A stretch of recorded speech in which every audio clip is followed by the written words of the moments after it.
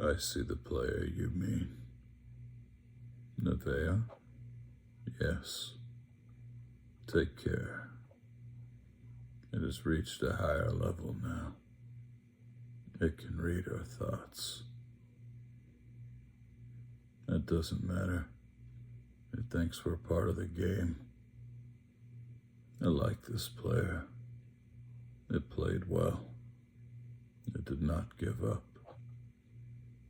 It is reading our thoughts as though they were words on a screen.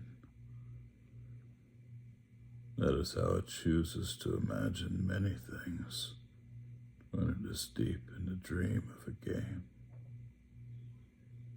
Words make a wonderful interface, very flexible and less terrifying than staring at the reality behind the screen.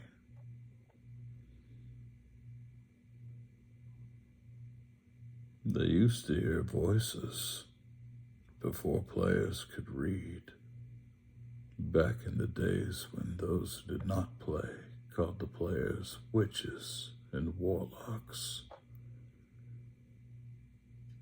And the players dreamed they flew through the air on sticks powered by demons. What did this player dream?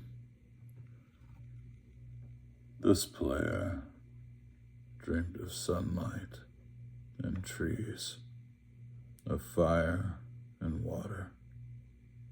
It dreamed it created, and it dreamed it destroyed. It dreamed it hunted and was hunted. It dreamed of shelter. The original interface. 1,000,000 years old, and it still works. But what true structure did this player create in the reality behind the screen? It worked with 1,000,000 others to sculpt a true world in a fold of the and created a fur in the. It cannot read that thought. No, it has not yet achieved the highest level. That it must achieve in the long dream of life, not the short dream of a game.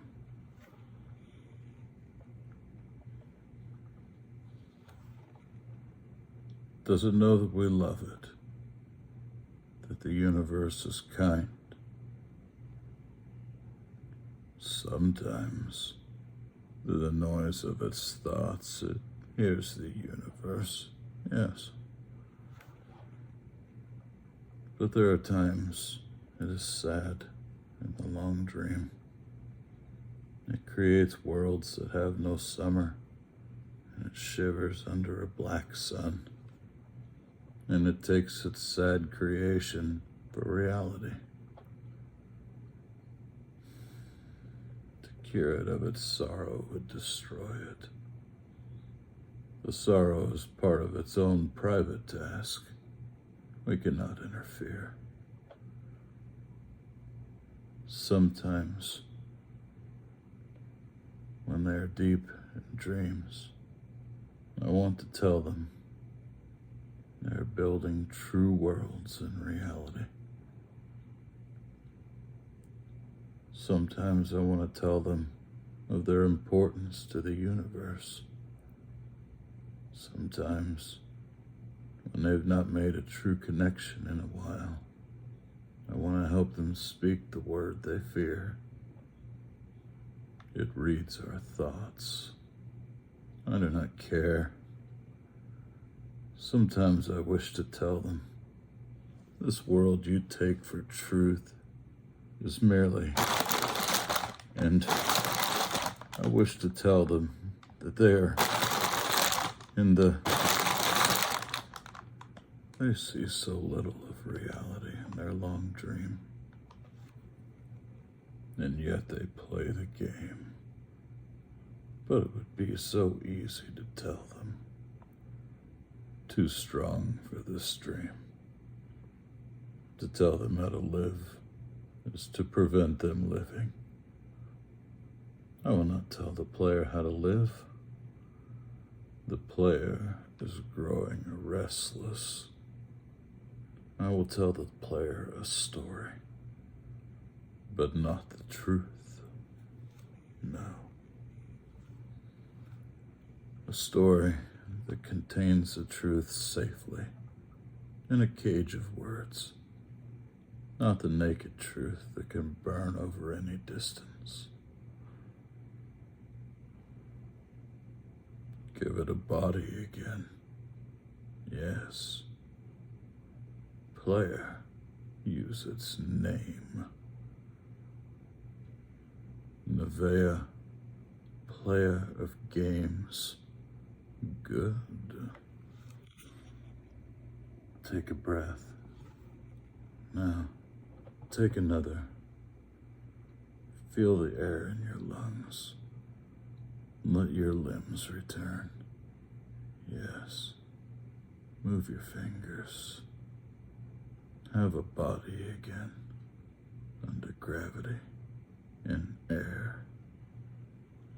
Respawn in the long dream. There you are. Your body touching the universe again at every point. As though you were separate things. As though we were separate things. Who are we? Once, we were called the spirit of the mountain. Father Sun, Mother Moon, ancestral spirits, animal spirits, jinn, ghosts, the green men, the gods, demons, angels, poltergeists, aliens, extraterrestrials, leptons, quarks. The words change. We do not change. We are the universe. We are everything you think isn't you. You are looking at us now through your skin and your eyes. Why does the universe touch your skin and throw light on you?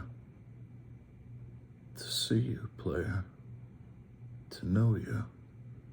And to be known. I shall tell you a story.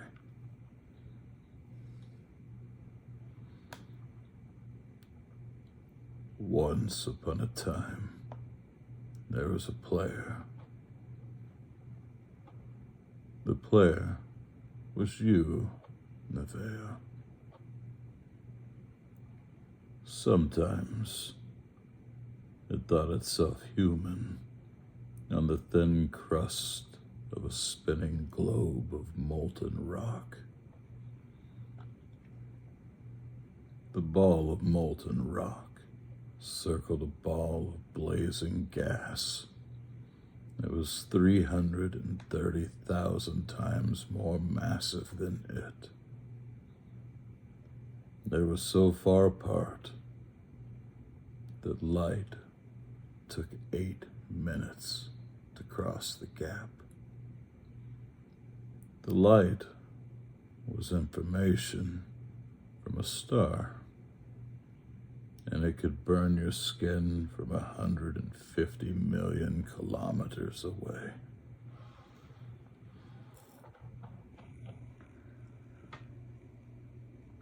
Sometimes the player dreamed it was a miner on the surface of a world that was flat and infinite.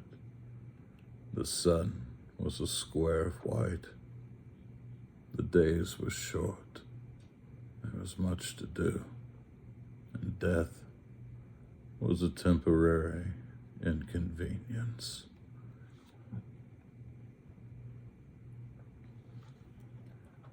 Sometimes the player dreamed it was lost in a story. Sometimes the player dreamed it was other things in other places. Sometimes these dreams were disturbing. Sometimes very beautiful indeed. Sometimes the player woke from one dream into another, then woke from that dream into a third. Sometimes the player dreamed it watched words on a screen. Let's go back. The atoms of the player were scattered in the grass, the rivers, the air, and the ground. A woman gathered the atoms. She drank and ate and inhaled, and the woman assembled the player in her body. And the player awoke from the warm, dark world of its mother's body into the long dream. And the player was a new story, never told before, written in letters of DNA. And the player was a new program, never run before, generated by a source code 1 billion years old. And the player was a new human, never alive before, made from nothing but milk and love. You are the player, the story, the program, the human, made from nothing but milk and love. Let's go further back. The 7 billion atoms of the player's body were created long before this game, in the heart of a star. So the player, too, is information from a star. And the player moves through a story, which is a forest of information planted by a man called Julian on a flat, infinite world created by a man called Marcus that exists inside a small, private world created by the player who inhabits a universe created by Shush. Sometimes the player created a small, private world that was soft and warm and simple, hot and cold and complicated. Sometimes it built a model of the universe in its head, flecks of energy moving through vast, empty spaces. Sometimes it called those flecks electrons and protons. Sometimes it called them planets and stars. Sometimes it believed it was in a universe that was made of energy. It was made of offs and ons, zeros and ones, lines of code. Sometimes it believed it was playing a game. Sometimes it believed it was reading words on a screen. You are the player, reading words. Shush. Sometimes the player read lines of code on a screen, decoded words into meaning, decoded meaning into feelings, emotions, theories, ideas, and the player started to breathe faster and deeper and realized it was alive. It was alive. Those 1,000 deaths had not been real. The player was alive. You were alive. And sometimes the player believed the universe had spoken to it through the sunlight that came through the shuffling leaves of summer trees. And sometimes the player believed the universe had spoken to it through the light that fell from the crisp night sky of winter, where a fleck of light in the corner of the player's eye might be a star 1,000,000 times as massive as the sun, boiling its planets to plasma in order to be visible for a moment to the player. Walking home at the far side of the universe, suddenly smelling food, almost at the familiar door, about to dream again. And sometimes the player believed the universe had spoken to it through the zeros and ones, through the electricity of the world, through the scrolling words on a screen at the end of a dream.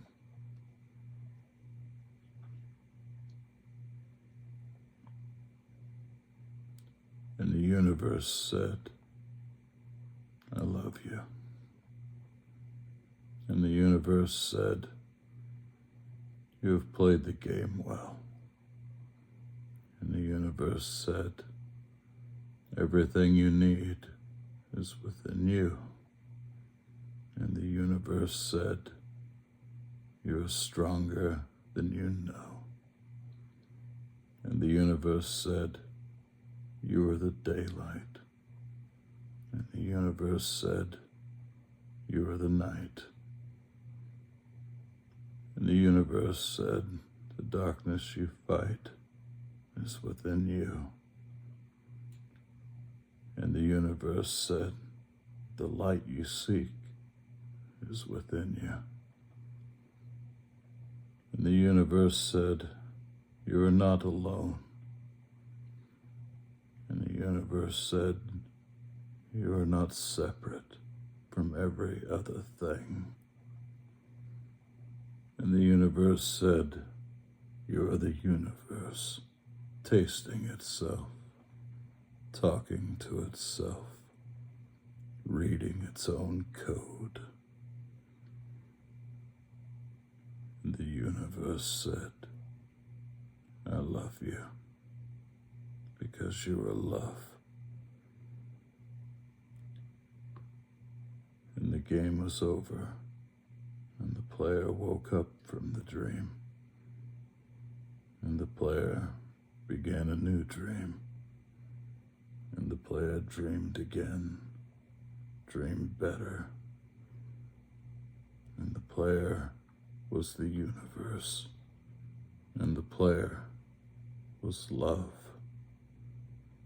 You are the player. Wake up.